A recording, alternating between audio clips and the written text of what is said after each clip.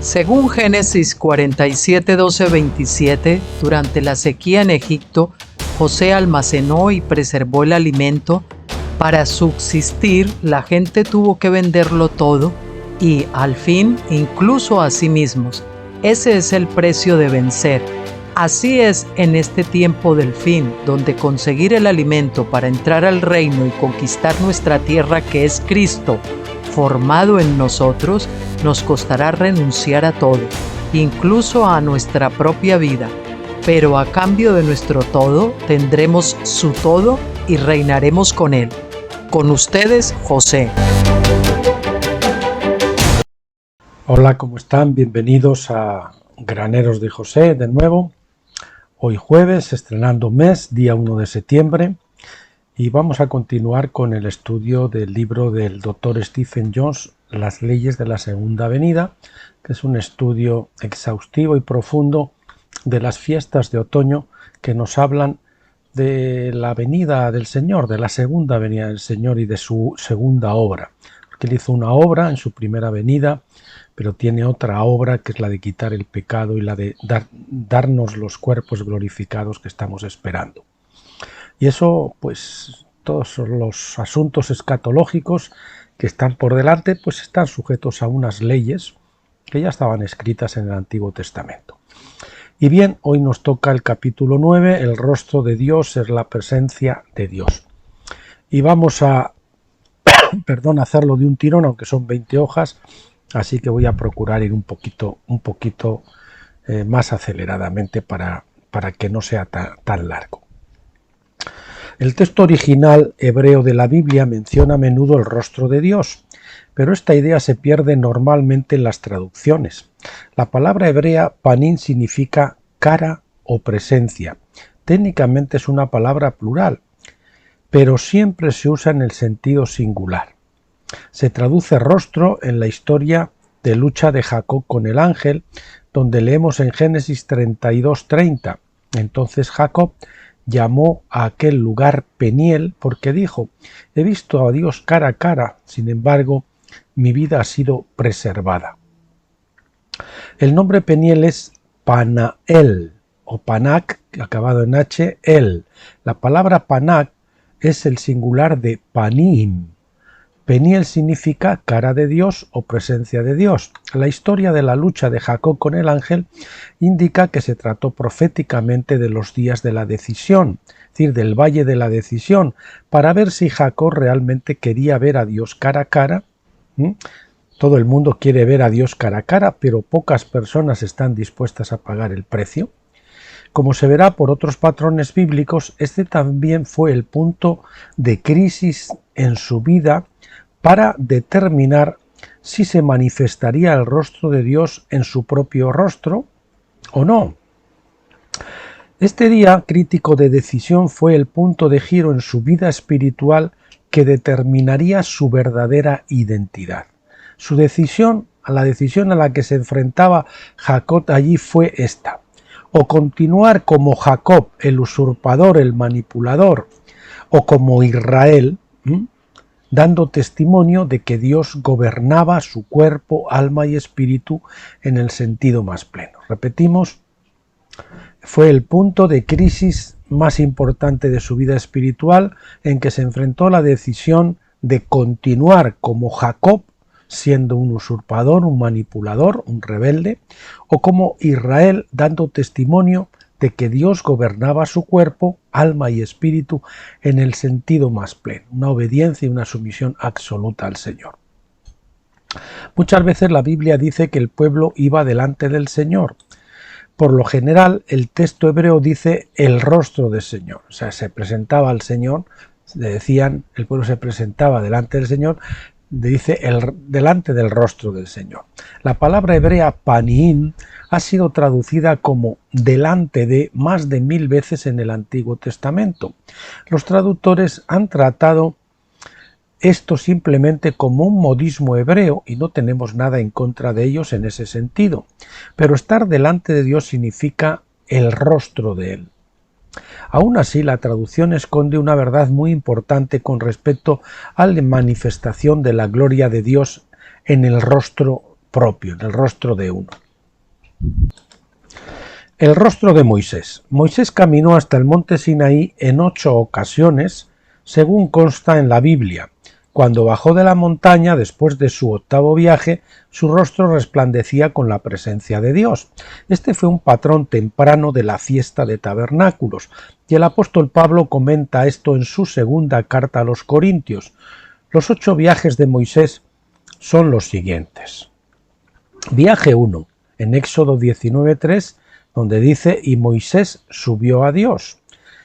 Éxodo 19:7, entonces Moisés fue y llamó a los ancianos del pueblo. Viaje 2, Éxodo 19:8, Moisés refirió las palabras del pueblo a Yahvé. Y Éxodo 19:14, entonces Moisés descendió del monte al pueblo. Viaje 3, Éxodo 19:20, y Yahvé llamó a Moisés a la cumbre del monte y Moisés subió. Éxodo 19:25, entonces Moisés descendió al pueblo y les dijo. En este punto Dios le dio a Israel los 10 mandamientos, en Éxodo 20, 18 a 21. La gente estaba asustada y se negó a acercarse a Dios para oír el resto de la ley. Moisés volvió a subir al monte para recibir el resto de la ley. El viaje 4, Éxodo 20, 21. Entonces el pueblo se puso de lejos y Moisés se acercó a la densa nube donde estaba Dios. Éxodo 24:3. Y Moisés vino y contó al pueblo todas las palabras de Yahvé y todas las ordenanzas. Viaje 5. Éxodo 24:9. Entonces Moisés subió con Aarón, Nadab y Abiú, y 70 de los ancianos de Israel. Este viaje incluyó a los 70 ancianos de Israel, pero no hay ninguna declaración que nos diga específicamente acerca de esta compañía que regresa al pie del monte. Viaje 6.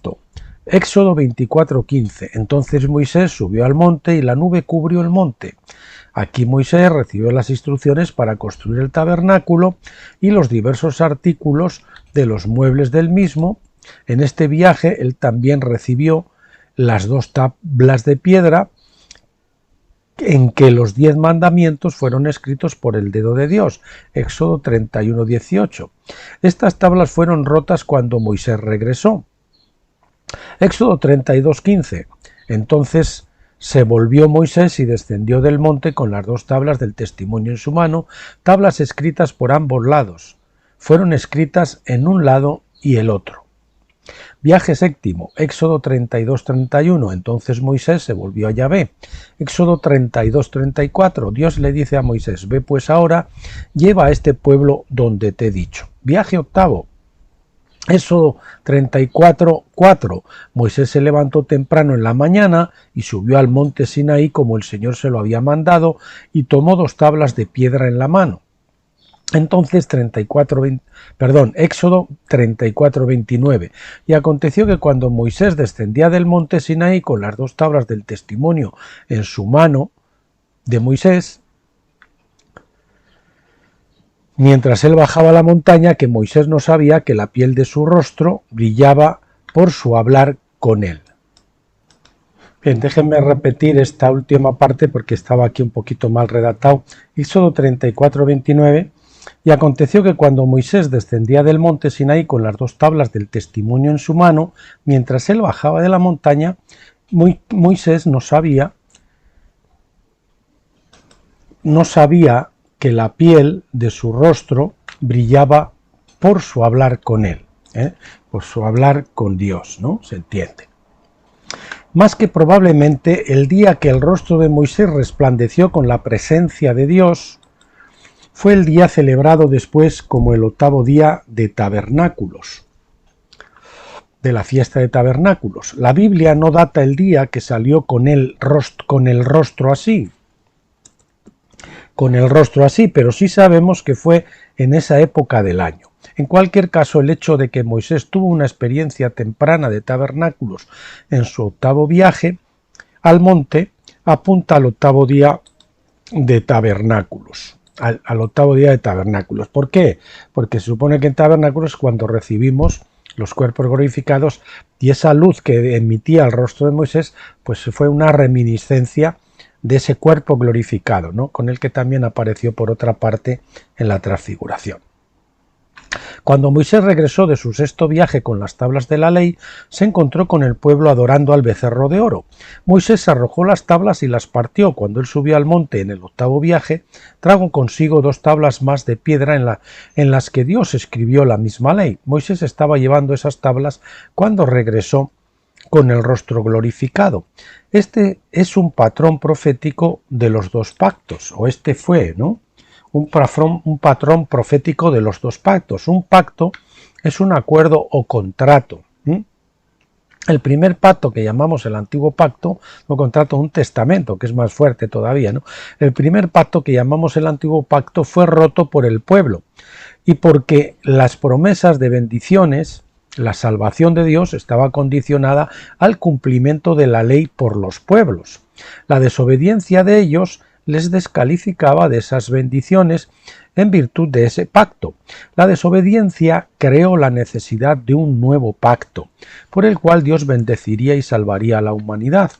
Moisés subió al monte la segunda vez para recibir ese nuevo pacto, el cual Jesús ratificaría con su sangre muchos años después. Fue por medio del nuevo pacto que las personas se salvaban, incluso en los días de Moisés. Nunca nadie se ha salvado por el antiguo pacto, porque todos hemos pecado, Romanos 3:23, es decir, todos hemos violado la ley. Bajo el nuevo pacto Moisés recibió las tablas de la ley que no se rompieron, porque siglos más tarde, en los días de Salomón, las encontramos en el arca del pacto. Las primeras sí se rompieron, la señal de que ese primer pacto no iba a funcionar, iba a ser cancelado de alguna manera.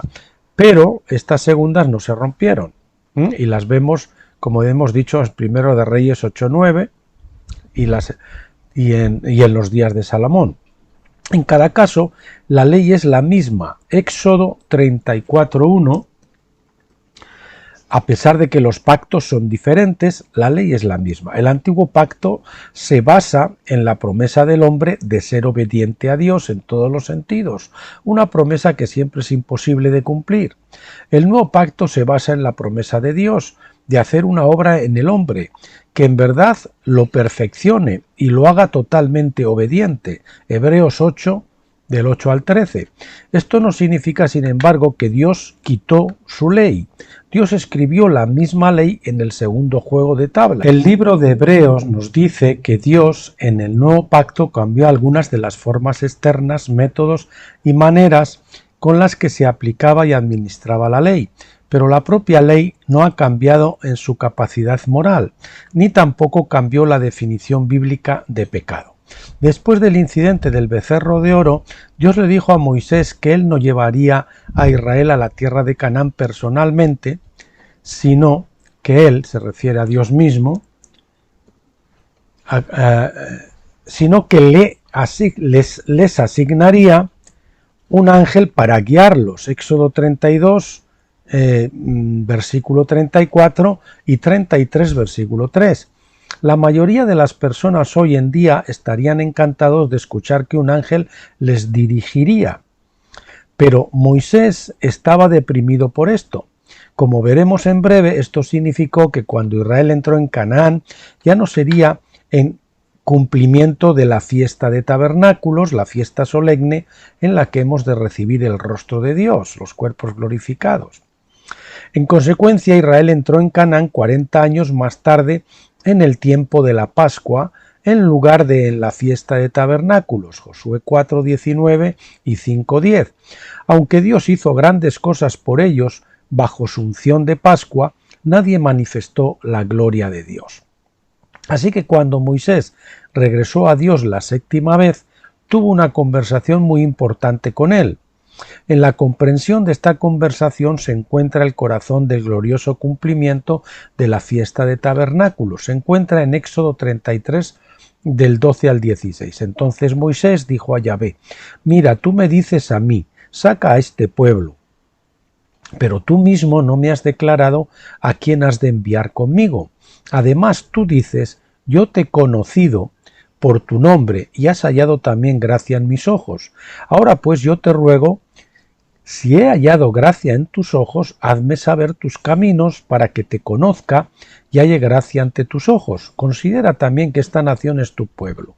Versículo 14, y dijo, y ven, esta siguiente declaración que viene aquí debe de ser leída como una pregunta, no como está escrita en las versiones Reina Valera o en otras versiones, porque Dios le pide a Moisés una explicación en vista de la adoración del becerro de oro por parte de Israel. Continúa, ¿deberá mi presencia, es decir, panim, rostro, ir contigo y darte descanso? He aquí la respuesta de Moisés a la pregunta de Dios. Entonces él le dijo, si tu presencia, otra vez la palabra panim, no va con nosotros, no nos saques de aquí. ¿Y en qué se conocerá aquí que he hallado gracia en tus ojos yo y tu pueblo? ¿No es acaso en que tú andes con nosotros para que nosotros, yo y tu pueblo, seamos apartados de todos los demás pueblos que están sobre la faz, otra vez, panim de la tierra?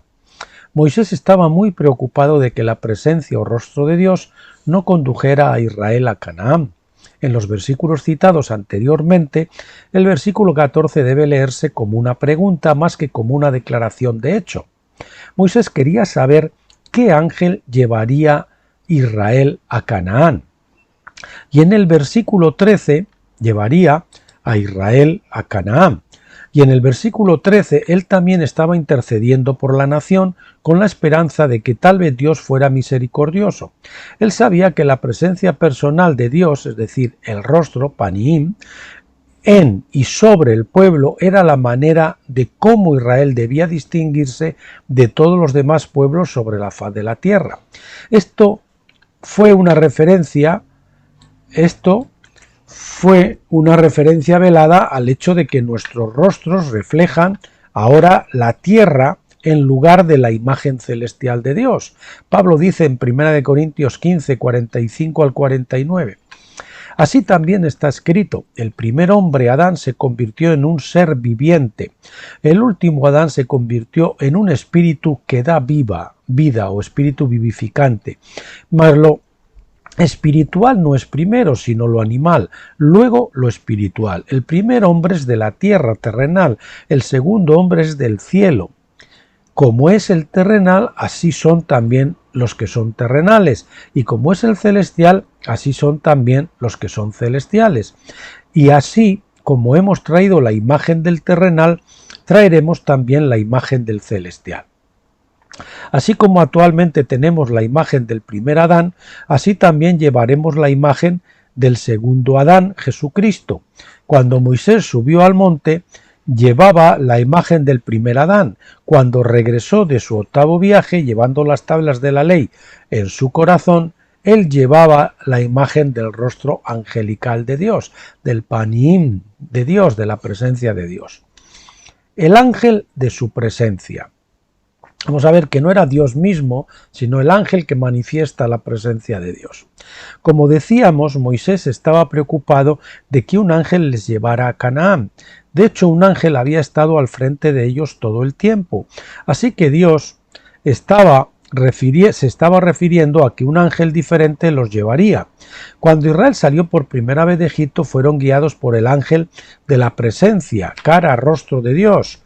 Este ángel se menciona por primera vez en Éxodo 14:19, cuando se puso entre Israel y los ejércitos del faraón en el Mar Rojo. Dice así, y el ángel de Dios que iba delante del campamento de Israel se apartó e iba tras de ellos. Y la columna de nube que había ido delante de ellos se apartó y se puso detrás de ellos. Y vino a colocarse entre el campamento de Egipto y el campamento de Israel, y estaba la nube junto con las tinieblas. Sin embargo, de noche alumbraba a Israel, y en toda la noche no se acercaron los unos a los otros. Anteriormente, en Éxodo 13:21, a este ángel se le conocía como el Señor o literalmente Yahvé. También leemos las palabras de Moisés en Números 20:16, pero cuando clamamos a Yahvé, él oyó nuestra voz y envió un ángel y nos sacó de Egipto. A pesar de que se le llamó el Señor o literalmente Yahvé, pues era un ángel, como dice él, cuando lo clamaron a Yahvé, él envió el ángel de su presencia, ¿no? que manifiesta su presencia. Aún así, meses más tarde, después de que Israel adoró el becerro de oro, Dios le dijo a Moisés que no llevaría personalmente a la gente a Canaán, sino que enviaría un ángel. Eso solo puede significar que él quitaría de ellos el ángel de su presencia para darles un ángel sustituto, un ángel menor, por así decirlo. Isaías 63 del 9 al 10 identifica al ángel que sacó a Israel de Egipto como el ángel de su presencia. En toda angustia de ellos él fue angustiado, y el ángel de su presencia, otra vez Panim, rostro, los salvó. En su amor y en su clemencia los redimió de Egipto, se entiende, y él los levantó y los llevó todos los días de su siglo. Mas ellos fueron rebeldes e hicieron enojar su Santo Espíritu. ¿Cómo? Pues al adorar el becerro de oro. Por lo tanto se entregó a convertirse en su enemigo y él mismo peleó contra ellos. Tremendo, ¿no? Es mi convicción personal que el ángel que condujo a Israel fuera de Egipto fue también el ángel que luchó con Jacob en el lugar llamado Peniel, Génesis 32-31. Cuando Jacob le preguntó al ángel por su nombre, el ángel simplemente respondió: ¿por qué me preguntas por mi nombre? Génesis 32-29. Para decirlo en terminología moderna, dijo el ángel: tonto, deja de fingir, ¿no sabes quién soy? El ángel entonces bendijo a Jacob y cambió su nombre por el de Israel.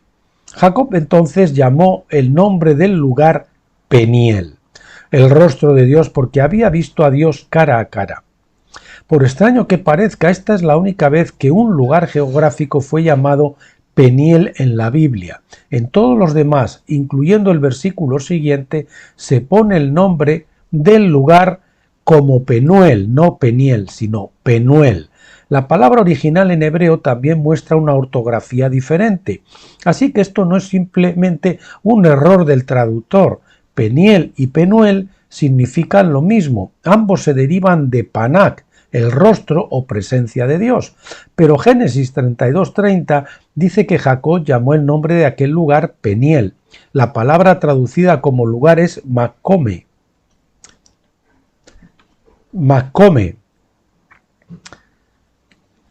La concordancia de Strong da su significado como un pie, un lugar, pero ampliamente utilizado para una localidad, también figurativamente de una condición física o mental. Me parece que con el fin de conciliar la diferencia entre Peniel y Penuel, hay que tomar Penuel como la localidad o el lugar real, mientras Peniel debe referirse a la condición física o mental en la que Jacob se encontraba después de su encuentro angelical.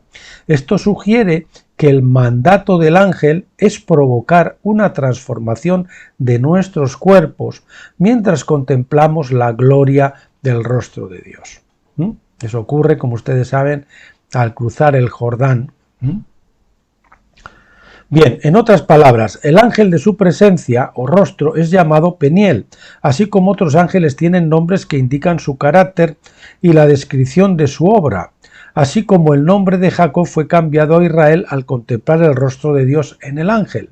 Nosotros también somos transformados de gloria en gloria al contemplar su rostro, 2 Corintios 3. Cuando nosotros llegamos a Peniel, nos damos cuenta de que el verdadero opositor, quien nos pone la mano así, quien nos detiene, quien nos impide ir por en los lugares que caminamos, quien se opone contra nosotros, esa es la cruz, es su voluntad opuesta contra la nuestra, quien no nos deja hacer lo que nos da la gana. En ese momento descubrimos que no es mi esposa, no es mi mamá, no es mi pastor, no es mi trabajo, no es mi falta de dinero, no es una persona que me chincha continuamente, sino que es Dios. Ese es nuestro oponente. Ahí vemos el rostro de Dios en todo eso que se nos está oponiendo, en todo eso que nosotros creemos que va contra nosotros acabamos de viendo que eso es Dios, esa es la voluntad de Dios, y por ahí al ver rostro de Dios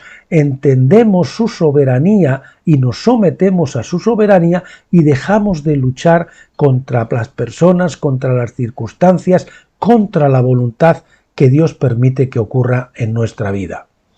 Ese es el asunto, eso es ver el rostro de Dios, y eso lógicamente nos lleva a la rendición y a la muerte, y por lo tanto al cruce del Jordán y salir del otro lado, del lado de la resurrección, donde vivimos en la presencia de Dios, delante del rostro de Dios, como le dijo el Señor a Abraham: anda delante de mí y sé perfecto. Cabe preguntarse entonces, ¿qué ángel guió a Israel a Canaán después de haber concluido sus 40 años en el desierto? Para saber la respuesta a esta pregunta hay que estudiar la forma de la entrada de Israel en Canaán. La primera vez que tuvieron la oportunidad de entrar, Dios los habría metido en la tierra por el sur sin tener que cruzar el río Jordán. La segunda vez, sin embargo, entraron en Canaán por el este, cruzando el río Jordán, cerca de Jericó. Si Israel hubiera entrado en su primera oportunidad en el 50 jubileo de Adán, habrían entrado en la tierra en la fiesta de tabernáculos y habían entrado en la gloria de la verdadera herencia de Adán, herencia que Adán había perdido por el pecado, es decir, que habrían recibido los cuerpos glorificados e inmortales. Ellos habrían experimentado un cambio corporal sin tener que pasar por la muerte, que estaba representada por el río Jordán. Hay dos maneras de llegar a la herencia. Una de ellas es por la muerte y resurrección y la otra es por transfiguración. Para los que están vivos en la tierra, en aquel momento, Israel perdió el ministerio de Peniel, que les habría llevado a la transfiguración sin pasar por la muerte y la resurrección. Sin embargo, Israel no estuvo dispuesta a hacerlo en ese momento. En la adoración del becerro de oro perdieron la dirección de Peniel y recibieron como sustituto a otro ángel, sin duda alguna Miguel, que es el ángel de la resurrección, que sólo podía conducir a Israel a la tierra prometida cruzando el río Jordán. Muchos años más tarde, el profeta Daniel nos dice que Miguel es el príncipe de Israel, es decir, el ángel.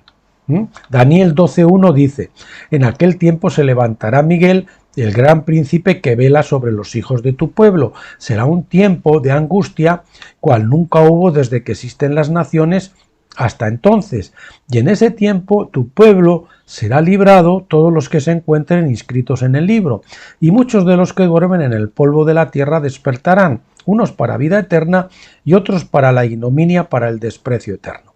Bueno, déjenme de hacer un comentario.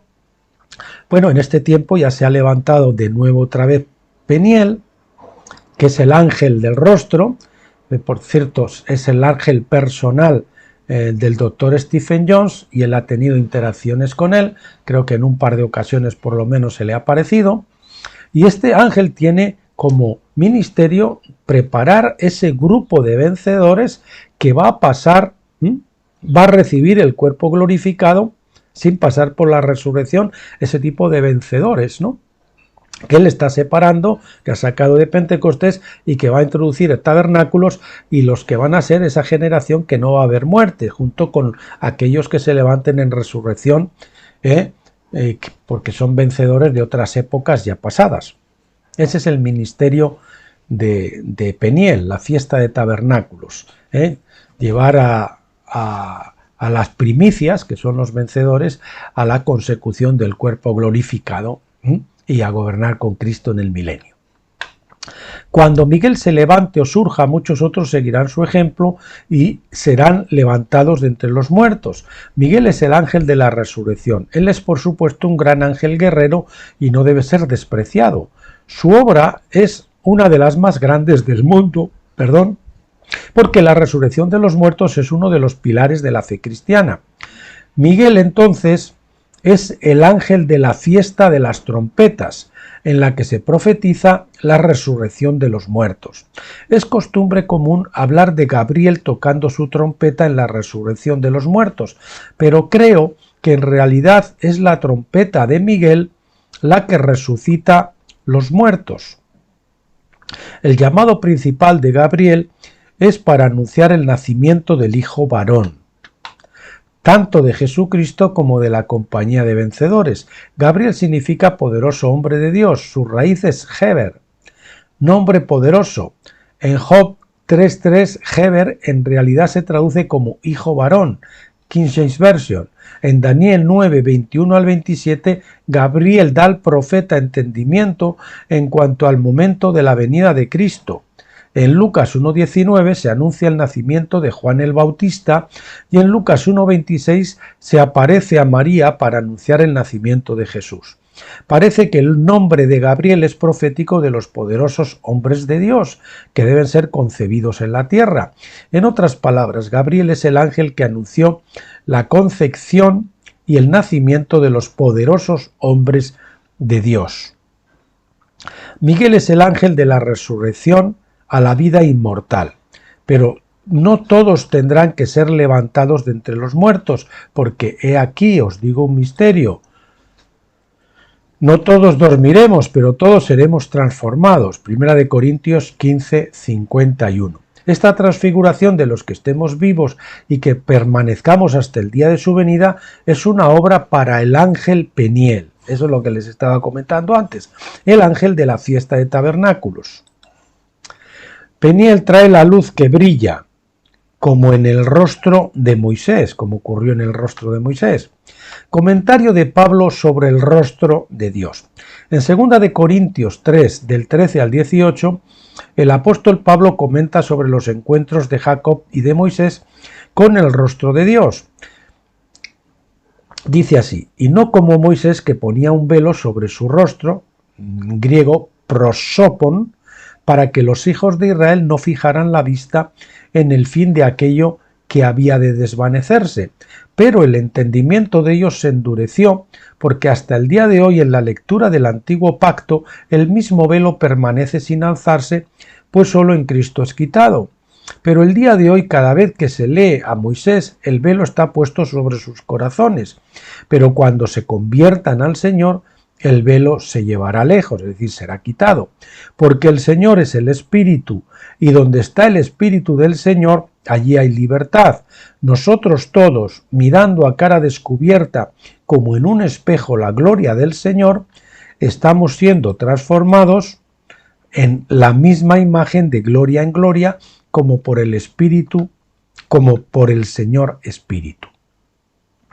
Para entender correctamente este pasaje, tenemos que explicar el significado de la palabra griega prosopon. Prosopon, aquí falta el acento, que se traduce como rostro en el versículo 13 y en el resto del comentario de Pablo. En los días de Pablo los hombres solían hablar del rostro de la persona en el sentido de su presencia. Estoy delante de su rostro, estaba con él, ¿no? Ese era era el, o veámonos las caras, ¿no? Se suele decir también. De ahí viene todo eso. Ese era el caso de del hebreo y el griego. Por ejemplo, en Lucas 1.76, Zacarías dice de su hijo prometido, Juan el Bautista. Dice hablando de su hijo prometido, Juan el Bautista: y tú, niño, serás llamado profeta del Altísimo, porque irás delante, aquí dice prosopon, es decir, ante o delante del Señor para preparar sus caminos. La New American Standard Bible no se molesta en traducir prosopon en este versículo porque en inglés no utilizamos el término de esa manera. En la King James Version, sin embargo, se traduce este versículo el rostro del Señor. Esto es más literal, mientras que la New American Standard Bible intenta ser más fácil de leer para nuestros oídos modernos. La Septuaginta, que es la traducción griega de las Escrituras que se compiló 2 siglos antes de Cristo, estandarizó que se utilizaran palabras griegas para expresar los conceptos hebreos. Y tenemos que tener en cuenta que el griego está expresando conceptos hebreos. En la historia de Moisés en Éxodo 34, la Septuaginta usa el término griego prosopon como la traducción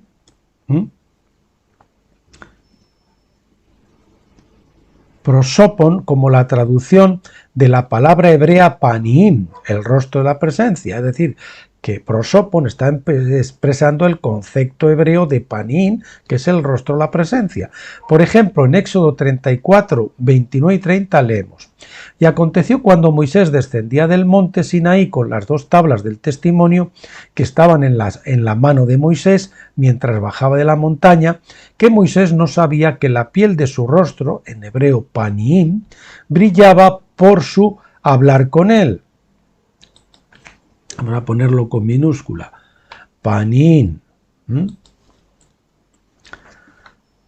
Brillaba por su hablar con él. Y Aarón y todos los hijos de Israel miraron a Moisés. Y he aquí que la tez de su rostro, en hebreo de nuevo, panim, resplandecía, y tuvieron miedo de acercarse a él. Los mismos versículos en el texto griego de la Septuaginta usan la palabra prosopon para la palabra griega panim.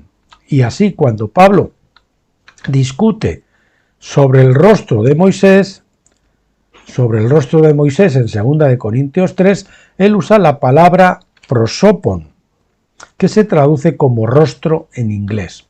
Asimismo, en 1 de Pedro 3:12, el apóstol cita de la traducción de la Septuaginta del Salmo 34:16.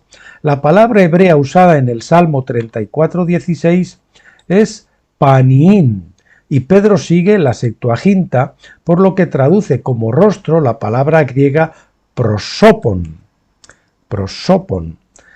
Ya hemos demostrado que panim es la forma plural de Panac y es la raíz de los nombres Peniel y Penuel. Esto relaciona el concepto de la presencia de Dios o de su rostro con la experiencia de Jacob, así como con el rostro de Moisés, resplandeciendo cuando bajaba de la montaña.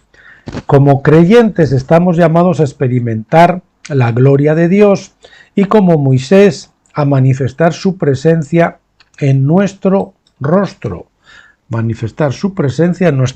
Somos la casa de Dios, su templo, y el rostro o presencia de Dios para otros.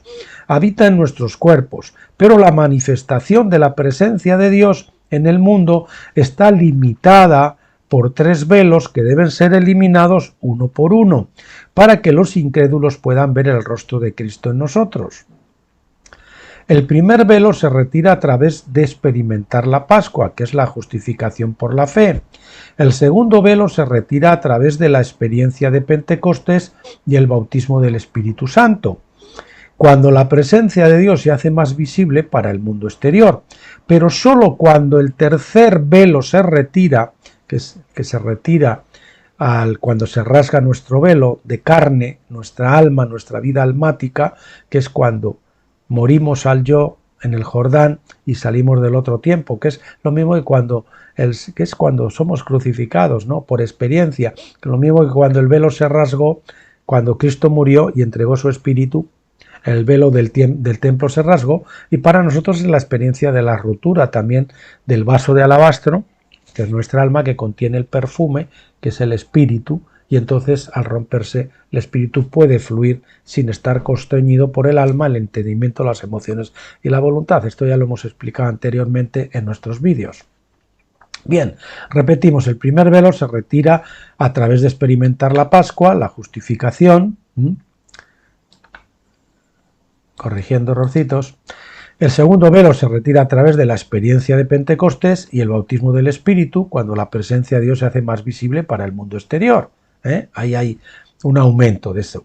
Pero cuando el tercer velo se retira a través de la experiencia de la fiesta de tabernáculos, entonces podrán los pueblos de la tierra ver realmente la presencia de Dios y su amor manifestado. Este es el cumplimiento de tabernáculos y es el objetivo de la jornada del cristiano desde Egipto a la tierra prometida. Cuando llegue ese momento señalado, habrá un renacimiento y arrepentimiento entre los pueblos del mundo que nunca se ha visto hasta entonces. Eso va a ser con la manifestación de los hijos de Dios, que ya son personas transformadas completamente, inmortales, que tienen cuerpos glorificados. que se pueden materializar en cualquier momento y aparecer, ¿no? A continuación se conquistará el mundo a través de la espada de la palabra y el poder de su amor, tal como Josué conquistó Canaán a través del poder de la espada física. Ahora va a ser por el poder de la espada del Espíritu, la espada de la palabra de Dios. Los tres velos del templo. Cuando Pablo hablaba del rostro de Moisés, se estaba refiriendo a la presencia divina que se manifestaba en su cuerpo. En otras palabras, él estaba hablando de la experiencia de tabernáculos. En relación con esta historia, Pablo se refiere al hecho de que Moisés velaba, cubría, su rostro encubría, su rostro al hablar con la gente, pero se quitaba el velo para hablar con Dios. Un velo se utiliza para ocultar el rostro. En el tabernáculo de Moisés había tres velos que fueron utilizados para ocultar la gloria del rostro, presencia de Dios, a las personas. El velo de Pascua separa el atrio exterior del tabernáculo de Moisés del mundo. El velo de Pentecostés separa el atrio exterior del lugar santo. El velo de tabernáculos separa el lugar santo del lugar santísimo, donde Dios está sentado sobre el propiciatorio. Uno tenía que pasar a través de un velo para entrar en cada una de las tres secciones del tabernáculo de Moisés. En otras palabras, un hombre en pie en la parte exterior no podía ver la gloria de Dios en el lugar santísimo, porque tres velos se interponían entre él y Dios. Pablo nos dice en 2 de Corintios 3:16 que cuando se conviertan, se vuelvan al Señor, el velo les será quitado. Y esto saben que ustedes ocurre con la rendición. Entonces, cuando se nos caen las escamas y empezamos a ver con la luz de las Shekinás, con la luz verdadera. La mayoría de los cristianos simplifican esto tratándolo como si hubiera un solo velo. Dicen que una vez que el hombre es justificado por la fe, es decir, en la Pascua, la justificación, que tiene un acceso completo y pleno al rostro de Dios. No se dan cuenta que este es solo el primero de los tres velos y que debemos ser transformados de gloria en gloria. Como hemos demostrado anteriormente, estas tres secciones del tabernáculo también estaban representadas por los tres principales incidentes históricos que Israel experimentó en su viaje desde Egipto a la tierra prometida. Primero tenemos la experiencia del atrio, que significa la justificación por la fe. Se realizó en la Pascua cuando Israel salió de Egipto. Querían salir de Egipto con el fin de poder ofrecer sacrificios a Dios y cruzar el Mar Rojo. Estas dos cosas significaban el altar de bronce y el lavacro que se situaban en el atrio del tabernáculo. La experiencia del lugar santo, que significa la santificación por la obediencia a la voz de Dios, es decir, la ley, que se suponía llevarse a cabo en el día de Pentecostés, cuando Israel estuvo en el Sinaí. Y aprovecho para decirles que la obediencia es obedecer a alguien. No es que nos ponemos de acuerdo con alguien, sino que ese alguien manda y se hace lo que ese alguien que manda se ejecuta. Yo me pongo de acuerdo de Dios cuando yo obedezco a lo que Dios me dice que haga. No hay un 50-50 y Dios cede a sus pretensiones y yo cedo a algunas de mis pretensiones y entonces entramos en un acuerdo. No, yo renuncio completamente a mis pretensiones y entro en un amén y en un acuerdo con eso, sin componendas, sin subterfugios, sin peros, sin argumentos, sin razonamiento. Eso es la obediencia. La obediencia es hacer lo que otro te dice y no lo que tú quieres. Y hasta que no aprendemos la lección de obediencia como Jesús, que por lo que padeció aprendió la obediencia, pues no vamos a cruzar al otro lado. Sin embargo, al negarse a escuchar su voz, no pudieron pasar ese segundo velo para una relación más cercana con Dios. La Iglesia del Nuevo Testamento cruzó a través de este velo en el segundo capítulo de los Hechos. Sin embargo, aún así hay muchos cristianos que se contentan con la justificación y saben poco o nada de Pentecostés. Bien, la experiencia del lugar santísimo, que significa la glorificación del cuerpo, era algo que ni siquiera la Iglesia del Nuevo Testamento estaba dispuesta a experimentar en el libro de los Hechos, ni siquiera la Iglesia. Queda para nosotros hoy, en el tiempo señalado de la historia, para que un cuerpo de creyentes entren en la tierra prometida, un cuerpo de creyentes entren en la tierra prometida volviendo a la herencia perdida en Adán. ¿Cuál es la herencia perdida? El cuerpo glorificado, inmortal. Los que han recibido esta visión tienen esta esperanza de la redención de nuestro cuerpo, Romanos 8:23, por la cual ellos heredarán la tierra. El resto de los creyentes parecen tener como su esperanza el desprendimiento del cuerpo físico y la entrada en el cielo como seres puramente espirituales. Cuando el Señor lo que quiere es que tengamos un cuerpo glorificado y que vivamos y reinemos aquí en la tierra. Que podamos también ministrar en el cielo a voluntad, según nos toque y nos mande el Señor. Muchos en la iglesia de hoy creen que es suficiente contemplar la gloria de Dios a través de uno o dos velos, y ellos se contentan con ser justificados o con recibir simplemente las arras del Espíritu en Pentecostés. Si nuestra actitud es como la de Israel, es como la de Israel en el desierto, entonces somos mejor que ellos. Un velo sigue estando sobre la faz de Cristo. Debemos escuchar las voces de Caleb y Josué, ya que nos amonestan a ir más allá de Pentecostés hasta la promesa completa que Dios ha prometido. El velo en el rostro de Moisés no significaba ninguna ceguera parcial en Moisés. Moisés fue un tipo de Cristo quien ha velado su rostro de los hombres que no están listos para verlo cara a cara. El velo entonces indica la ceguera de Israel, la ceguera de la Odisea. Esa es la ceguera de la iglesia actual. Ese velo, el tercer velo que no ha sido quitado, queda un reposo para el pueblo de Dios. Para entrar a ese reposo hay que quitar ese velo, amigo. Pablo dice en 2 Corintios 3:15, un velo está puesto sobre sus corazones, sus mentes estaban endurecidas.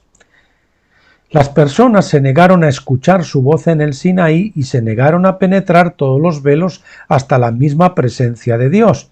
La gloria de Dios y su verdad se mantuvieron encubiertas porque el pueblo estuvo cegado parcialmente durante la totalidad de sus días en el desierto. En Deuteronomio 29, 4 y 5, Moisés al final de su peregrinación de 40 años dijo a Israel: sin embargo, hasta el día de hoy, Yahvé no te ha dado corazón para entender, ni ojos para ver, ni oídos para oír, y yo os he llevado 40 años por el desierto. Perdón. Esta era la iglesia en el desierto, fíjate que le llama iglesia, ya había iglesia en los tiempos en el desierto del pueblo de Israel. Hechos 7:38, y este patrón se ha repetido incluso en la edad pentecostal, por espacio de 40 años. Solo hay una iglesia, desde el Antiguo al Nuevo Testamento, que va creciendo de edad en edad, y algunos cuando llega el tiempo de cruzar a la siguiente edad, pues es que se quedan en la parte de atrás y no quieren avanzar, no quieren crecer, ese es el tema. Pero hay algunos, siempre hay un remanente que avanza y crece a la edad de la plena madurez, de la filiación completa. Aunque muchos cristianos han roto, es decir, cruzado a través del segundo velo de Pentecostés, ninguno ha roto de forma permanente a través del tercer velo de la fiesta de los tabernáculos. Esto es simplemente porque el tiempo señalado aún no ha llegado. Así que todavía estamos en un estado de ceguera parcial, incluso el apóstol Pablo mismo admitió esto en 1 Corintios 13, del 9 al 12. Y aquí yo pongo una nota. Es nota, vamos a poner, del traductor.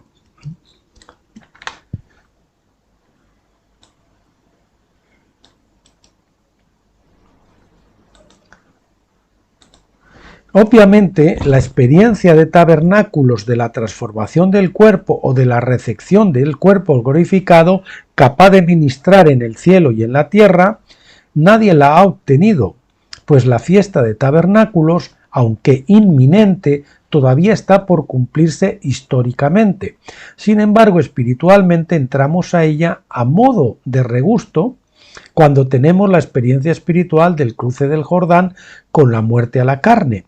Es decir, entramos al lugar santísimo y recibimos la unción de vida, una unción de vida, de tabernáculos, pero no recibiremos pero no recibiremos la unción de poder de tabernáculos, aquí es con mayúscula, unción de poder de tabernáculos, y el cuerpo glorificado hasta el cumplimiento histórico de esa fiesta.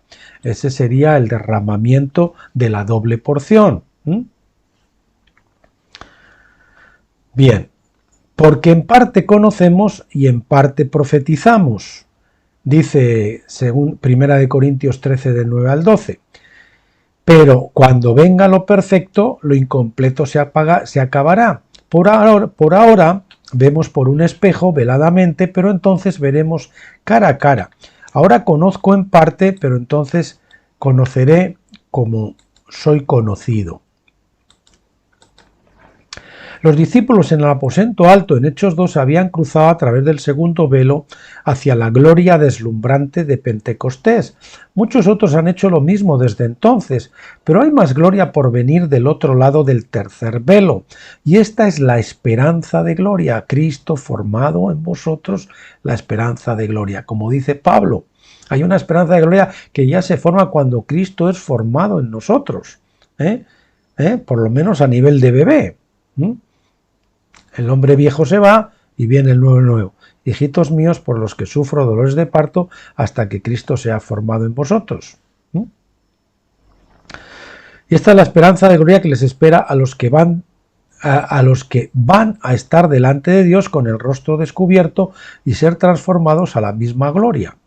Moisés fue el primer y principal patrón de este encuentro cara a cara con Dios. Éxodo 33:11 dice: y Yahvé acostumbraba a hablar con Moisés cara a cara, como habla un hombre con su amigo. Es importante tener en cuenta que cualquiera puede orar a Dios, viviera en los días de Moisés o de hoy. Incluso con sus rostros velados, a los hombres se les permite orar a Dios a través de los velos. No es el derecho a orar lo que está en cuestión aquí. Es una cuestión de cuánto uno puede acercarse a Dios, de la proximidad a Dios. A través, es decir, algunos ven la zarza ardiente, pero el fuego los echa para atrás, ¿verdad? Porque quema. Acercarse, primero se nota calor y al final uno se quema. El hombre viejo se quema. El holocausto, que se mete al fuego y se queda en el fuego hasta que el holocausto es consumido, no muchos soportan eso, no muchos quieren eso. Bien, no es eso lo que estaba en cuestión, decimos. Es la cuestión de orar, no es lo que se cuestiona, sino la presencia, la cercanía a Dios. ¿A través de qué cantidad de velos oramos a Dios? ¿Cuán cerca de Dios está nuestro compañerismo y comunión con Él? La común, pero errónea, respuesta es que todos los que son salvos tienen acceso completo y total a Dios. Esta opinión se basa en gran medida en Hebreos 4:16. Acerquémonos, pues, con confianza al trono de la gracia para alcanzar misericordia y hallar gracia para el oportuno socorro. El escritor inspirado, sin embargo, no nos dice que todos los hombres en realidad entran libremente en el lugar santísimo, al trono de la gracia. Simplemente nos insta a hacerlo. La pregunta es cómo hacerlo. ¿O qué hay que hacer para hacerlo? No se puede pasar a través del primer velo al atrio exterior sin entrar por la puerta, la cual es Jesucristo. Y ahí nos esperan el altar y el lavacro. Asimismo, no se puede entrar en el lugar santo a menos que uno sea un sacerdote calificado. Esto no quiere decir que uno debe ser un sacerdote ordenado o ministro para acceder al lugar santo. Cualquier creyente puede ser un sacerdote.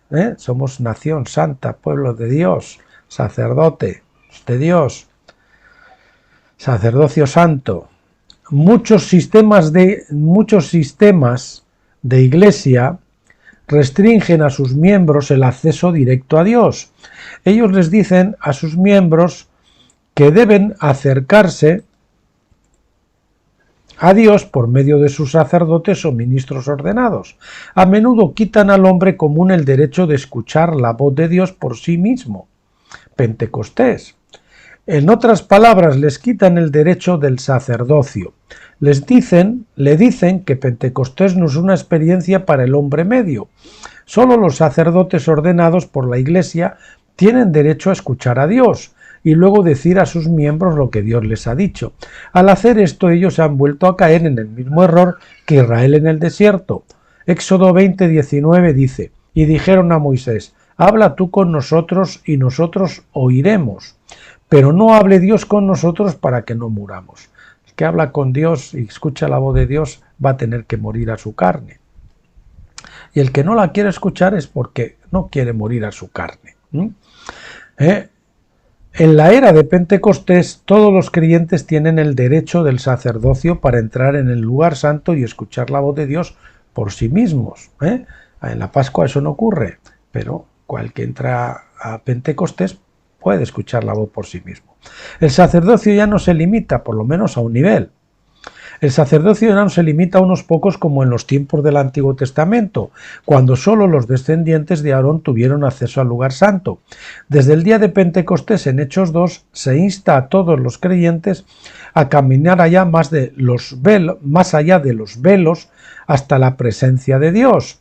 Cuando la era de tabernáculos llegue, el último velo podrá ser eliminado. Para aquellos que sean lo suficientemente audaces, hay que tener valentía de eliminar las restricciones y trabas que muchas denominaciones de la Iglesia han colocado sobre ellos y salir fuera del campamento, seguir a la cabeza y no estar dependiendo de un pastor que les traiga la palabra de Dios a ellos, que escuche a Dios en su lugar. Bien.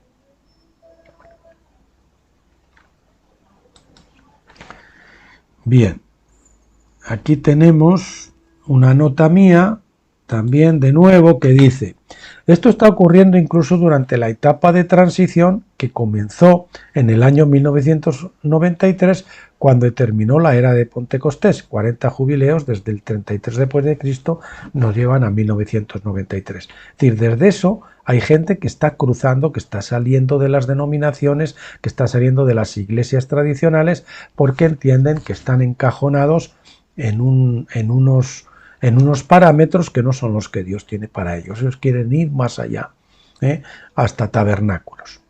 Otros versículos, entre ellos 2 de Corintios 3:18, citados anteriormente, nos dicen que el velo se ha eliminado debido a que estamos bajo el nuevo pacto.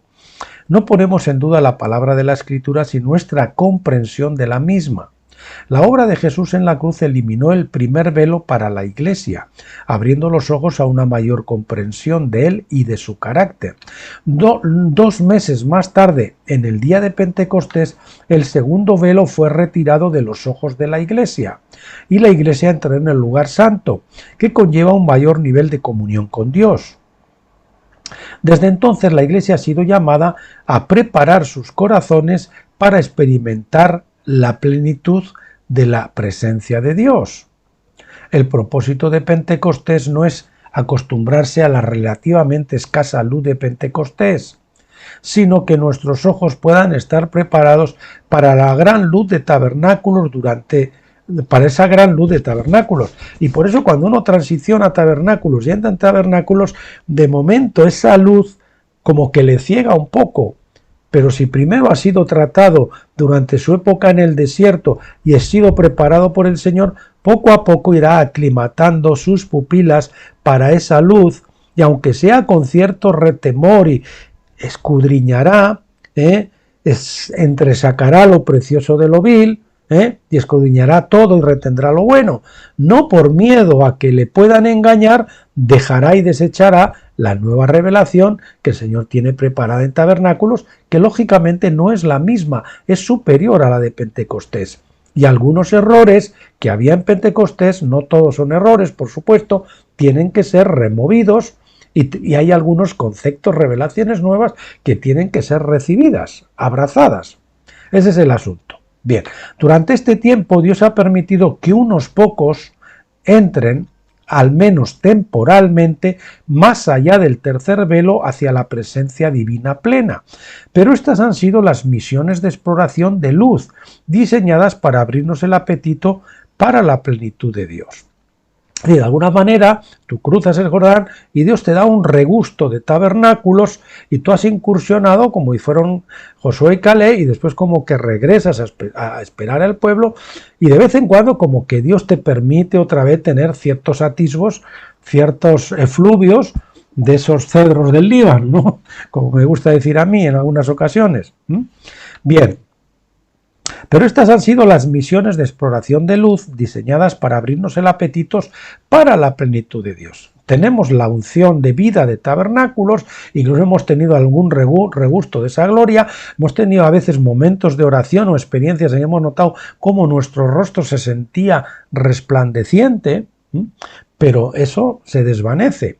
No ha sido de forma permanente, mientras que algunos afirman haber entrado de forma permanente a través del tercer velo hacia la plenitud del lugar santísimo. Es mi creencia que la ley no lo permite y por eso pues algunos que hayamos cruzado el Jordán pues todavía seguimos esperando que se produzca el derramamiento de esa doble porción.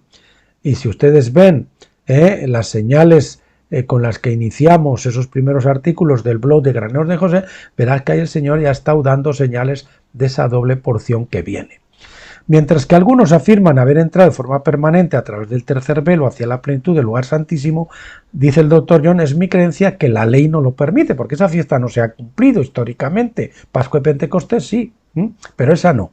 Al igual que los sumos sacerdotes de la línea de Aarón, los hombres solo pueden pasar a través de este velo temporalmente en momentos cuando Dios lo permite. Por ejemplo, el sumo sacerdote alguna vez entraba al lugar santísimo, era una vez al año. Eso está prefigurando esto, ¿no?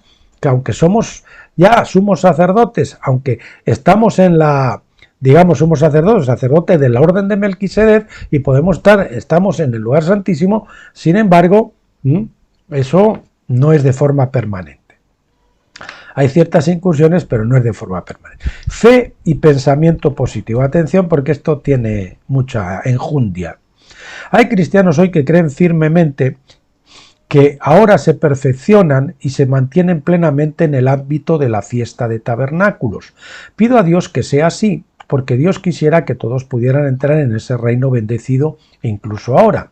Sin embargo, ese punto de vista rechaza la idea de que Dios ha designado tiempos o leyes que ningún hombre puede alterar. Tiempos o leyes que ningún hombre puede alterar. Ese punto de vista no reconoce los hechos históricos que separaron la edad de la Pascua de la edad de Pentecostés. Ese punto de vista no reconoce que aún debe haber un acontecimiento histórico que marque el comienzo de la era de los tabernáculos. Eso que estábamos hablando, ese derramamiento de la doble porción. Ha habido muchos miles de cristianos a lo largo de los últimos siglos que han creído que nunca morirían. Sin embargo, ellos fueron afectados por las mismas dolencias comunes de todos los hombres. A medida que crecían, por más enfermos que parecieran sentirse, creían que si pensaban lo suficientemente en positivo, su punto de vista sería establecido por su fe. La mayoría de ellos han seguido el camino de toda carne, por supuesto, a excepción de aquellos que eran lo suficientemente jóvenes como para no haber muerto todavía.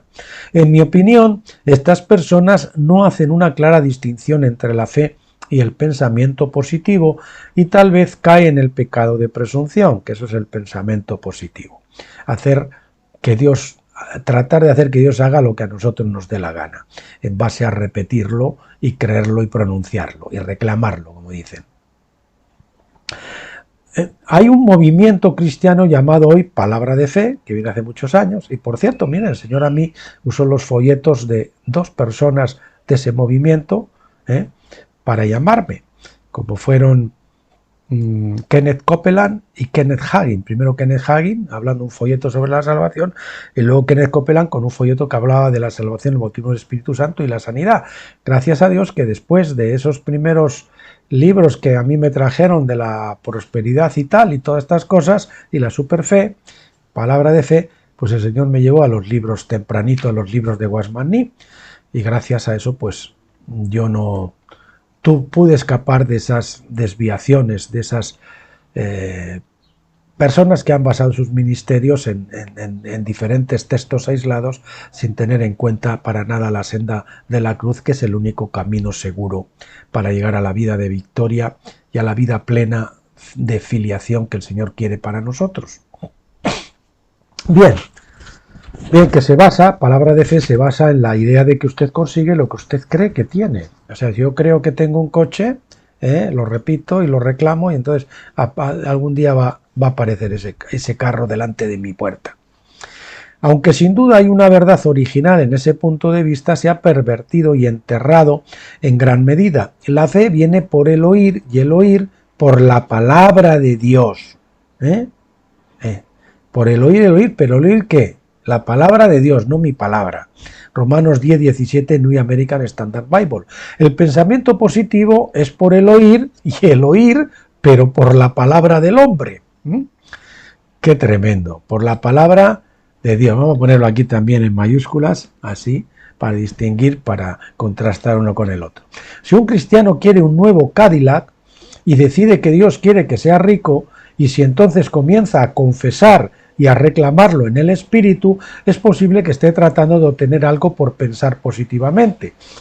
Pueda o no pueda conseguirlo, el punto es irrelevante. Si la palabra viene a través de un ídolo del corazón en el hombre, entonces no es fe. La fe depende de una palabra directa de Dios, no una palabra del hombre, una palabra rema de Dios. Una revelación de algo que Dios dice que va a hacer. El pensamiento positivo es algo que los hombres dicen reclamar y esperar que Dios respalde esta afirmación. Bueno, si yo voy al médico y me dice que tengo un cáncer, y por mucho que yo repita que no tengo cáncer, que estoy sano, pues me voy a morir. Si no me lo extirpan o me lo sanan. En cambio, si me diagnostican eso y el Señor me da una palabra, la convicción interna, la seguridad de que yo voy a ser sanado, tengo esa revelación, tengo una palabra de Dios que es la que me sostiene y me da la fe. Entonces sí, puedo confesar la sanidad, aunque el diagnóstico me diga lo que le dé la gana. Yo voy a confesar lo que Dios dice que hay y no lo que dice el médico que hay. Esa es la diferencia. Hay una verdadera palabra de fe, pero parece que la mayoría de lo que pasa por fe, entre comillas, es realmente solo pensamiento positivo. Yo tuve mucho de esos en un negocio que estuve haciendo, que fue el negocio de Amway, y que precisamente gracias a eso fui que conocí al Señor, porque había muchos cristianos desarrollándolo, y yo, como les dije, gracias a que el Señor luego me llevó a la senda de la cruz, pues me puede escapar de ciertas desviaciones como el pensamiento positivo, la superfe o la supersanidad y todas esas cosas. Bien, solo pensamiento positivo basado en lo que los hombres piensan que Dios debe hacer o quiere hacer por ellos, si tan solo se llegan a él con sus cheques de reclamo. La mayoría de los militantes de este punto de vista parecen estar contentos reivindicando la riqueza material, la curación de alguna enfermedad o quizás algún don espiritual. Otros, sin embargo, reclaman la inmortalidad y la perfección y luego se dedican a confesarlo todos los días. Con demasiada frecuencia pierden de vista la realidad, pues creen que si confiesan, entre comillas, su condición obvia o real, perderían de alguna manera lo que está reclamando a Dios. Estoy enfermo. Estoy enfermo, mientras Dios no me diga que estoy sano, ¿por qué no voy a comentar que estoy enfermo? Esto se convierte en una esclavitud para ellos. La verdad se pierde en ilusiones. Lo peor de todo es que el camino hacia tales bendiciones nunca es transitado, porque estas personas piensan que ya están en su destino. Es cierto que Dios quiere que seamos sanos, ricos e inmortales, pero Dios está más interesado en nuestro desarrollo como personas, lo cual viene a través de juicios y de muchas pruebas, a menudo a través de la enfermedad y el desastre financiero. Cuando Dios entrenó a sus profetas y otros vencedores en el Antiguo Testamento, lo hizo a través de muchas dificultades. Hebreos 11 es una lista parcial de esos santos. ¿Ha cambiado la situación en el Nuevo Testamento? ¿Murió Jesucristo en la cruz para que los cristianos siempre pudieran ser sanos, ricos e inmortales y no sufrieran el dolor, la pobreza o la muerte? Pues no, ¿verdad? La iglesia primitiva, aquí tenemos la prueba, fue perseguida intensamente, primero en Jerusalén y más tarde bajo Roma. Cosas horribles ocurrieron a millones de buenos creyentes cristianos. Las almas bajo el altar preguntan acerca de esto en Apocalipsis 6, 9 al 11. Se les dijo que descansasen un poco más de tiempo hasta que el número de sus consiervos y el de sus hermanos, que habrían de ser muertos como ellos, se completara. Todavía no se ha completado el número de los mártires. Jesucristo es, por supuesto, el gran sanador, el Yahvé Rafá de Éxodo 15, 26. En la cruz Él llevó nuestras enfermedades, Isaías 53, 4, Mateo 8, 17. Sin embargo, los cristianos siguen enfermándose. ¿Por qué? Los hombres han luchado con esta pregunta durante siglos. Jesús también murió para que podamos tener la inmortalidad, y sin embargo ni siquiera el mejor de los cristianos dejará de morir, incluso si está convencido de que nunca va a morir. Pongo aquí una nota, salvo los vencedores que estén vivos en el momento de la primera resurrección. ¿Por qué? Algunos dicen que todo está en la mente de uno y que si uno realmente se apropia, entre comillas, todo lo que Cristo ha hecho por nosotros en la cruz, entonces gozaría sobrenaturalmente de salud divina y nunca moriría. Y ahí tenemos a Timoteo, al que Pablo le recomendaba que usase vino por causa de su enfermedad de estómago. Ahí tenemos a Pablo que sanaba a otros y tuvo esa enfermedad en los ojos, ese aguijón, que dice que era una enfermedad en los ojos, o literalmente podía ser un demonio que se le aparecía y le golpeaba. Que no veo por qué no puede ser así. Esa respuesta es inadecuada. De hecho, con frecuencia agrava el problema, ya que pone una culpa innecesaria sobre los que sufren enfermedad y dificultad. Uno dice, bueno, los pobres y los enfermos y todo esto, pues claro, no tienen fe. Esos están así porque no tienen fe, no son buenos creyentes. No quiero que mis hijos experimenten dificultades, dice el Dr. Jones, pero sin embargo, sé que sin dificultades ellos nunca realmente madurarán.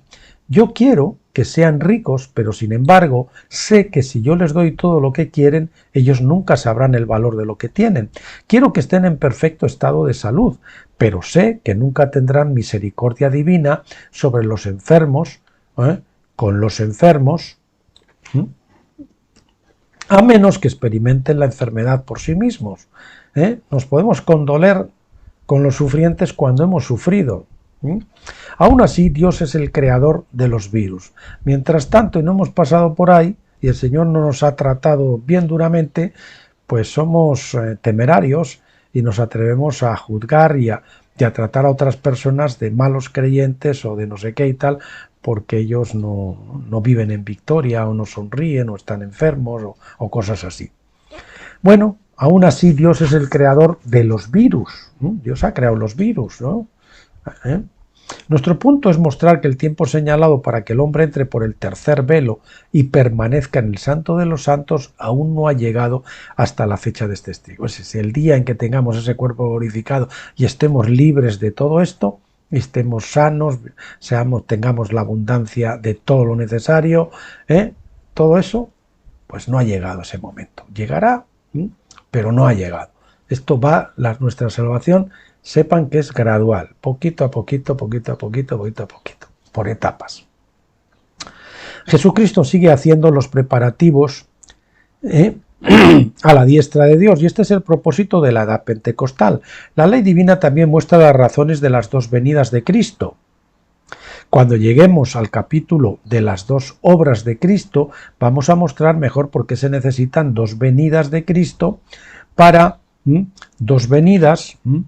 Vamos a ponerlo así para distinguirlo con mayúscula, dos venidas y dos obras.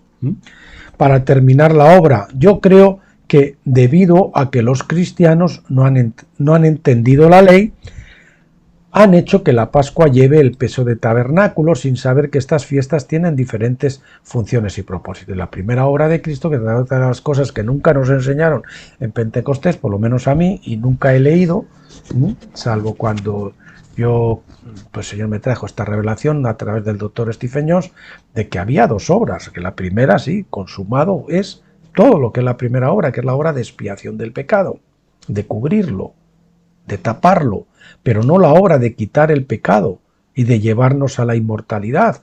La segunda obra, que es la segunda obra, cuando Jesús viene ya no como Judá, sino como José, con su túnica bañada en sangre en la segunda venida.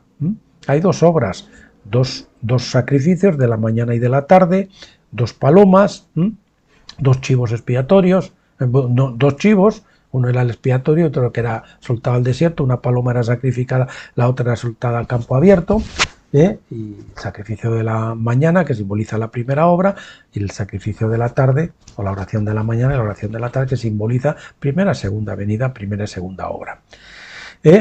Bien. Comentario de Pablo sobre el ejército de Gedeón. Como recordarán, 2 Corintios 3 se refiere al rostro de Moisés siendo glorificado, y este tema de revelación se continúa en el siguiente capítulo.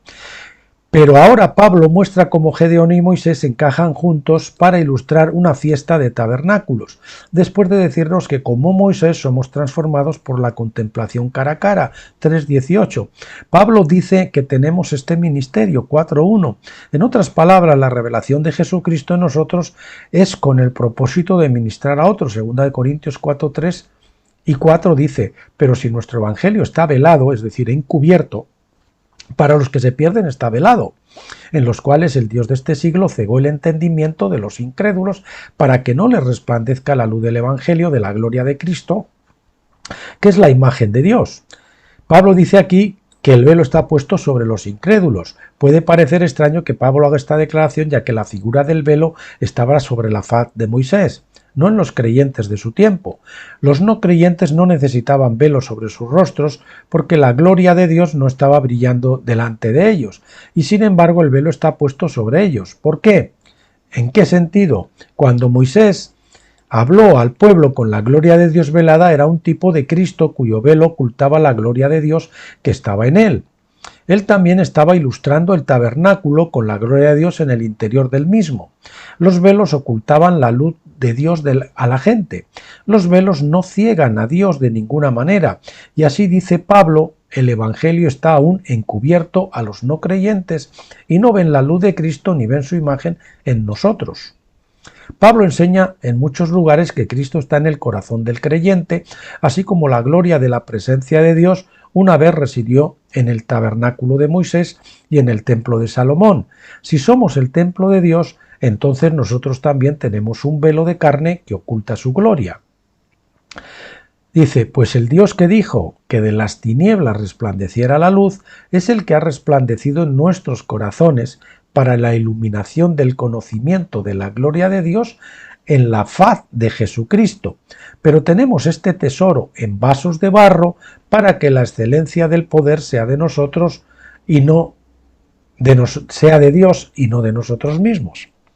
En Génesis 1:3 leemos el primer acto de la creación en las palabras, sea la luz. En hebreo la palabra para sea es masculina, por lo que esto podría ser traducido como Él sea la luz. Es, creo, una primera referencia a Jesucristo, que es la luz del mundo. Y en segundo lugar, que su cuerpo también es llamado a brillar con la luz de Cristo en la oscuridad en el mundo, puesto que el sol, la luna y las estrellas no se crearon hasta el cuarto día. Génesis 1:14. Es claro que la luz en el versículo 13 es diferente de las luces en el versículo 14. Proféticamente hablando, dice Pablo que se cumple en la luz del conocimiento de la gloria de Dios en la faz de Cristo. 2 Corintios 4:6 que hemos visto arriba. Como su cuerpo, también nosotros tenemos esta luz dentro de nosotros. En 2 Corintios 4:7, arriba hemos leído, Pablo se refiere a ella como un tesoro en vasos de barro. Esta es la referencia a la historia de Gedeón, cuyas armas de guerra incluyeron cántaros de barro con las antorchas dentro de ellos, Jueces 7:16. A la hora señalada, el ejército se encargó de tocar la trompeta y luego romper los vasos de barro para manifestar la luz. Esto fue profético, en primer lugar, de la fiesta de las trompetas, señalada para la resurrección de los muertos, seguida por la ruptura de los vasos de barro, que es el cuerpo de carne, el velo que oculta la gloria. Esta es una imagen de la fiesta de tabernáculos, cuando el velo se rasga y la manifestación gloriosa da a conocer la luz de Dios brillando en las tinieblas del mundo. Esta es la manifestación de los hijos de Dios, que toda la creación pronto se alegrará de ver. Romanos 8, del 19 al 22. Esto también marca el verdadero comienzo del cumplimiento de la palabra de Habacuc 2:14. Porque la tierra será llena del conocimiento de la gloria de Yahvé, como las aguas cubren la mar. Y aquí tenemos esa historia a la que el doctor Jones hace referencia de Gedeón, y es una de las cosas con las que yo puedo identificarme con él, porque el Señor, leyendo ese capítulo de Gedeón, el Señor pues iluminó la palabra para mí y entendí que eso se refería, era lo mismo que la ruptura del vaso de alabastro.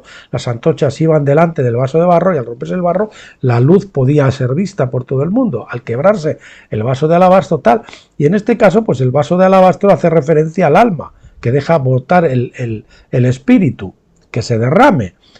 Y también pudiera ser quizás una reminiscencia en menor grado de cuando el barro, que significa el cuerpo, pues se base, o sea que podía ser, digamos, no lo sé, esto no me está viniendo ahora a la cabeza, quizás el vaso de alabastro simbolice el alma y el barro simboliza el cuerpo. Ambos tienen que ser rotos para que se trascienda la luz completamente, ¿no? Bien, porque la tierra sea, eso ya lo hemos leído. Bien, en la actualidad la gloria de Dios está velada en nosotros porque todavía no es la hora señalada para romper los vasos de barro. En esta era de Pentecostés el Espíritu de Dios habla al mundo desde dentro de su pueblo, oculto tras el velo de carne. En la era por venir una mayor luz brillará, porque el pueblo de Dios se dará a conocer de una manera mucho más grande. Entonces comenzará una época de la evangelización del mundo, que será sin precedentes en la historia de la tierra. La Biblia dice que todas las naciones vendrán a adorar en ese momento. Imagínense los vencedores, con sus cuerpos glorificados inmortales, pues llevando el mensaje por todo el mundo, ¿no? Y gobernando el mundo, pues imagínense el éxito que puedan tener. Comentario de Pablo sobre las dos tiendas o habitáculos o moradas, ¿no? En 2 Corintios 5, Pablo finalmente lleva a un clima su comentario sobre la fiesta de tabernáculos. Comienza el capítulo contrastando nuestra presente tienda de carne mortal con la tienda inmortal, que es de lo alto. Se refiere a la práctica en el tiempo de esa fiesta de la gente dejar sus casas hechas de madera y de piedras muertas con el fin de vivir durante 7 días en una tienda hecha de ramas vivas. Porque sabemos que si la tienda terrenal, que es nuestra morada, es derribada, tenemos de Dios un edificio, una casa no hecha de manos, eterna en los cielos. Pues en verdad, en esta morada gemimos anhelando ser vestidos con nuestra habitación celestial, y una vez vestidos no seremos hallados desnudos, porque asimismo los que estamos en este tabernáculo gemimos con angustia porque no quisiéramos ser desnudados, sino revestidos para que lo mortal sea absorbido por la vida.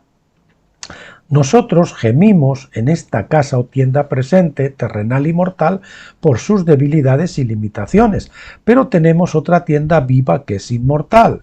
Pablo no dice que ahora estemos revestidos de esa tienda, sino que está reservada para nosotros en los cielos. La tenemos y está reservada, pero no está todavía, no la podemos usar todavía. Pablo nos dice claramente que todavía no ha llegado el tiempo señalado para que demandemos esta tienda. Ni Pablo ni ningún otro cristiano recibieron esa tienda cuando fueron justificados por la fe o incluso cuando recibieron el Espíritu en Pentecostés. Es nuestra hoy en día, pero aún no estamos vestidos con ese nuevo cuerpo. Es una esperanza futura y vestiremos esa tienda solamente en el tiempo señalado por Dios, cuando la fiesta de tabernáculos ocurra históricamente en este planeta. Mientras tanto, Pablo dice que bajo nuestra unción pentecostal se nos han dado las arras del Espíritu, 2 Corintios 5:5. La palabra arras viene de arrabón, que en realidad es una palabra hebrea transcrita directamente del texto griego. Significa lo que se da como pago inicial con el compromiso de que el importe total se pagará posteriormente. En otras palabras, el Espíritu de Dios se nos dio en el día de Pentecostés como prenda de la herencia completa, que más adelante recibiremos en la fiesta de tabernáculos. Algunas personas se han ofendido por la idea de que solo pueden tener las arras del Espíritu. Ellos han respondido con los versículos que hablan de ser llenos del Espíritu, como si esos pasajes indicaran que habían recibido todo lo que debían tener del Espíritu de Dios. Sin embargo, cuando la Biblia usa esta terminología, recordemos ayer en el capítulo de Watchman Nee que hablábamos en el bautismo del Espíritu Santo versus llenura del Espíritu Santo, que había dos palabras, pleroo, que significaba ser llenos por dentro, y pletó, que significaba ser llenos, ser cubiertos, es venir sobre, ser envueltos. Esa es la diferencia. Bien. Sin embargo, cuando la Biblia usa esta terminología se debe entender de una manera tal que no se contradiga con los versículos que hablan acerca de las arras del Espíritu. A mi entender, bajo Pentecostés nos llenamos del Espíritu en la medida que somos capaces de recibir, pero no importa qué nivel podamos tener. Ensancha el sitio de tu tienda y crecemos y nuestro espíritu crece y en esa medida somos llenados más de gloria a gloria, de fe en fe, como dice la Escritura. Pero no importa qué nivel podamos tener, sigue siendo solo una promesa, un pago inicial de más que está por venir. Pablo deja esto en claro por el uso de este término en Efesios 1, 13 al 14, así como en 2 de Corintios 1, 22 y 5, 5. El ministerio de la reconciliación. Al final del comentario de Pablo sobre la fiesta de tabernáculos, él concluye con una declaración en relación con el ministerio para el mundo, que es el propósito del bautismo del Espíritu. En la era de la Pascua, Israel, como la iglesia de ese tiempo, fue llamado a salir de Egipto para ser un ejemplo para las naciones, mostrando sucesivamente la luz de Dios a todos. Ellos fracasaron en gran medida porque preferían adorar a los ídolos de otras naciones y sin embargo tenemos ejemplos de que tuvieron éxito en varias ocasiones.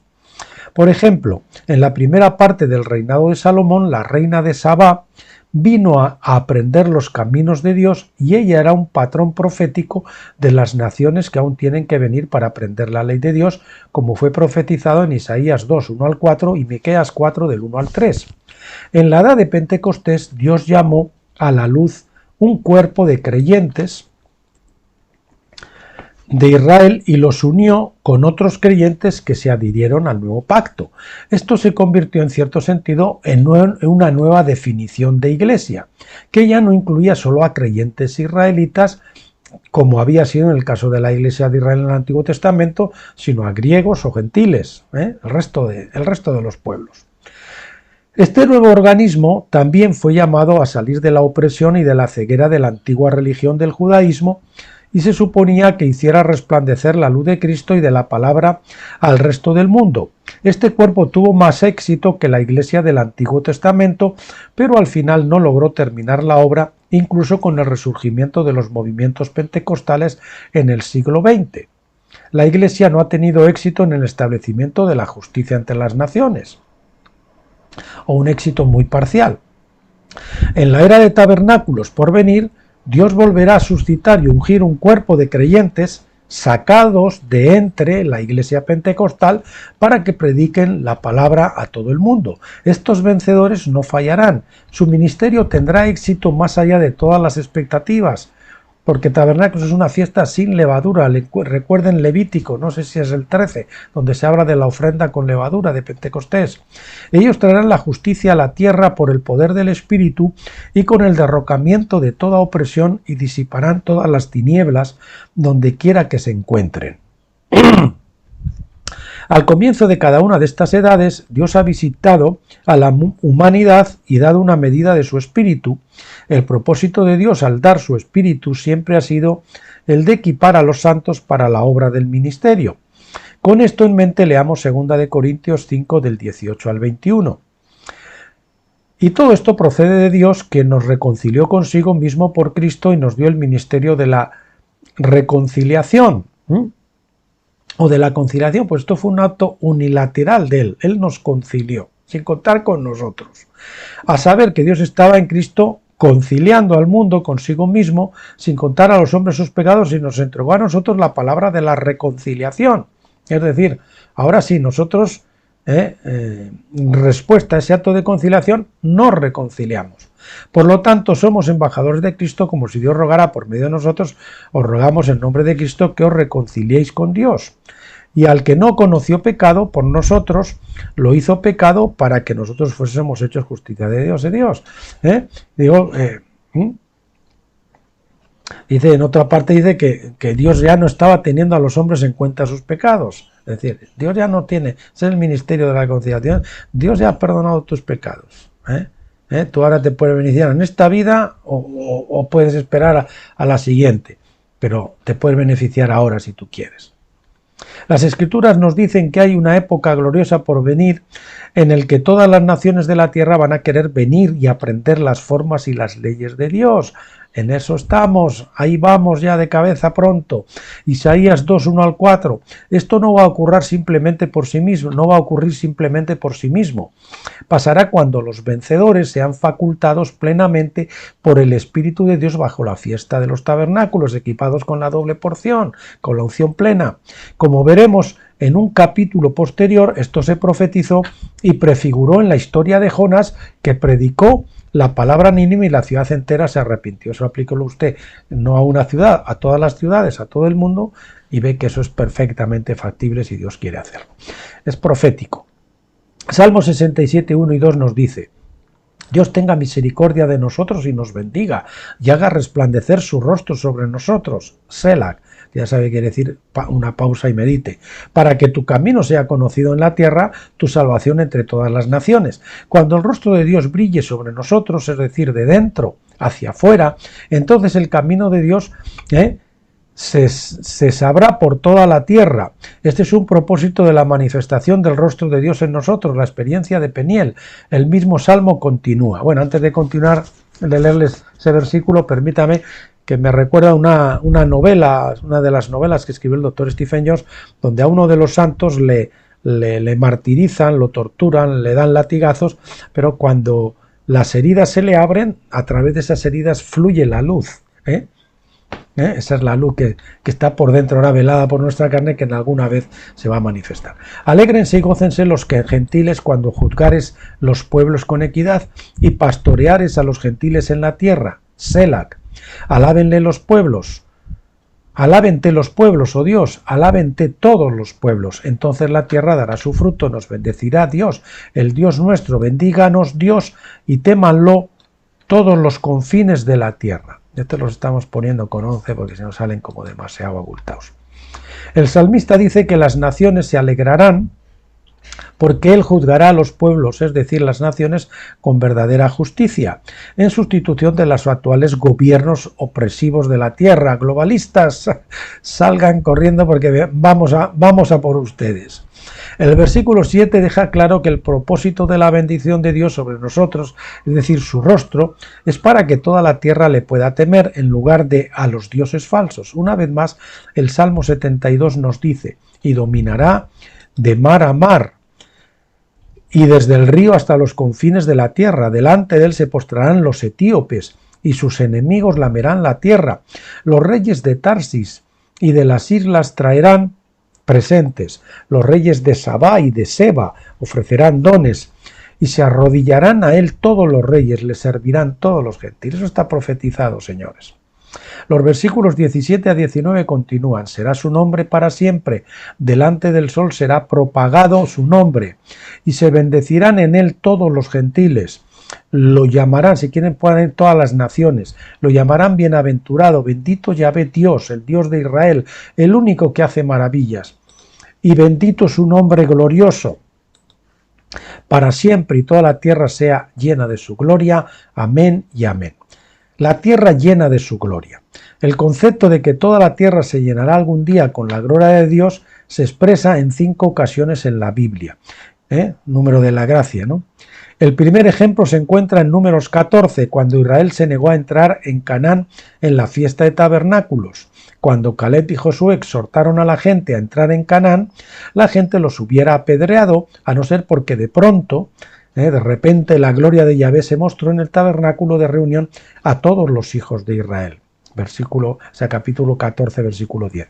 Dios entonces amenazó con desheredar a Israel, pero Moisés intercedió por ellos diciendo que los cananeos dirían que Dios fue incapaz de llevar a Israel a la tierra que él les había prometido. En otras palabras, la incapacidad del hombre para seguir a Dios sería más fuerte que la habilidad de Dios para llevarlos al lugar de obediencia. Este es un tema clásico, incluso en la iglesia de hoy. ¿Es Dios realmente soberano? ¿Realmente tiene el poder de mostrar su gloria en la tierra a través de un pueblo obediente?